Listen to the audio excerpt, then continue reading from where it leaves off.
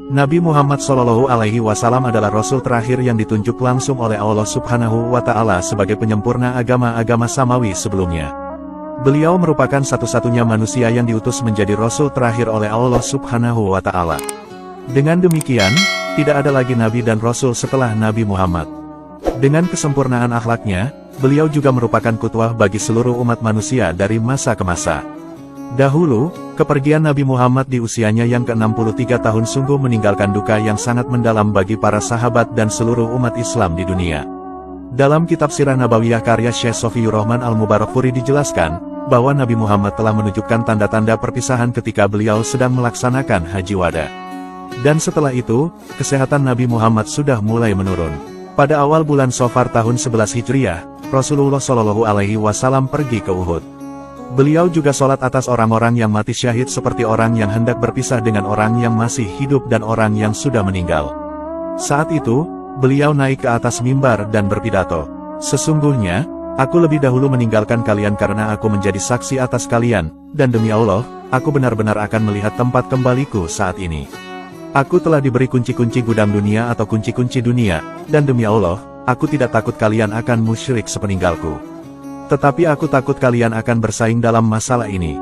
Kemudian, tepat pada hari Senin tanggal 29 Safar tahun 11 Hijriah sepulangnya Nabi Muhammad dari Baqi, dalam perjalanan beliau mengeluhkan sakit di kepala dan suhu tubuhnya meningkat.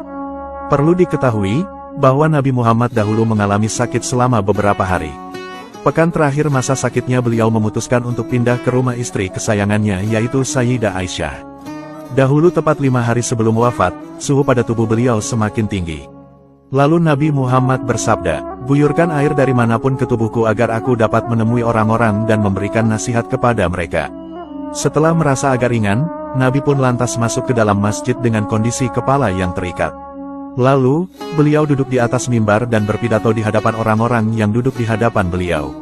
Pada hari Kamis tepat 4 hari sebelum kepergiannya, sakit yang diderita oleh Nabi Muhammad itu tidak kunjung membaik.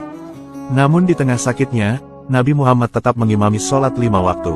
Namun saat menjelang sholat Isya, kondisi Nabi Muhammad semakin bertambah parah sehingga beliau tidak sanggup lagi untuk pergi ke masjid. Beliau lantas meminta sahabat Abu Bakar untuk menggantikannya sebagai imam. Dari Siti Aisyah radhiyallahu anha ia berkata, ketika Rasulullah sakit parah pada saat wafatnya, beliau memasukkan tangan kanannya ke dalam air, kemudian dia menciumnya dan mengusapkannya ke wajahnya.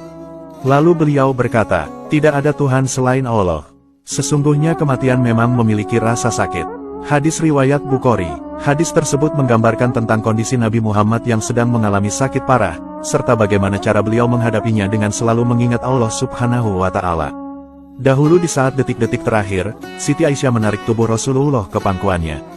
Sayyidah Aisyah mengatakan, bahwa ini adalah limpahan nikmat yang telah Allah Subhanahu wa Ta'ala berikan kepadanya.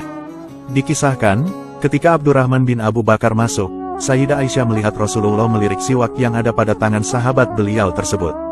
Dan Sayyidah Aisyah pun menawarkan kepada beliau untuk menggosokkan siwak itu ke mulut Rasulullah.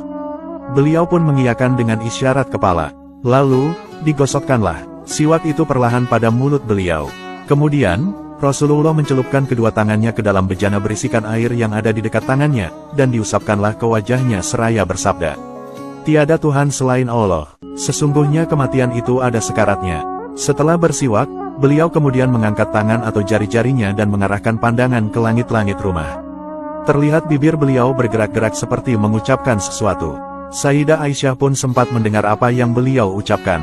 Rasulullah bersabda, "Bersama orang-orang yang engkau beri nikmat atas mereka dari para nabi, shodikin, syuhada, dan juga solihin. Ya Allah, ampunilah dosa-dosaku dan rahmatilah aku. Pertemukanlah aku dengan kekasih yang maha tinggi ya Allah, kekasih yang maha tinggi." Rasulullah bahkan mengulang-ulang kalimat tersebut sebanyak 3 kali dan seketika tangan beliau melemah.